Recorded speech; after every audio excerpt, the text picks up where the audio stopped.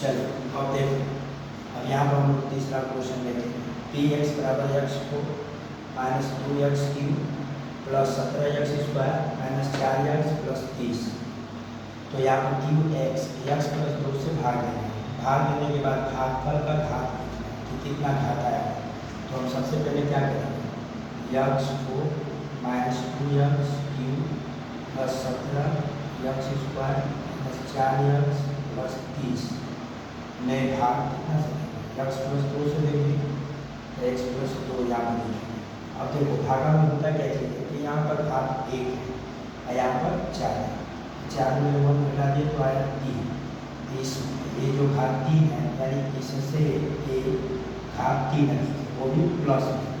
यहाँ पर यक्स का लिखेंगे क्यूब, यक्स क्यूब।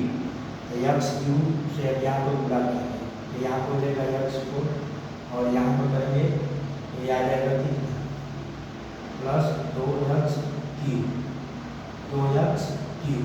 देखो ऊपर दोनों प्लस तो माइनस, माइनस माइनस।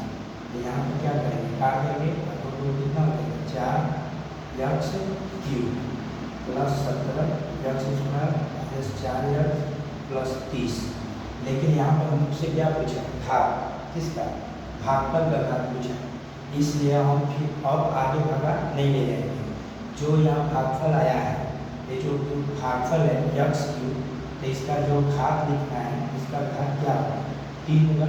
तो उत्तर में क्या है 3, उत्तर में 3 है।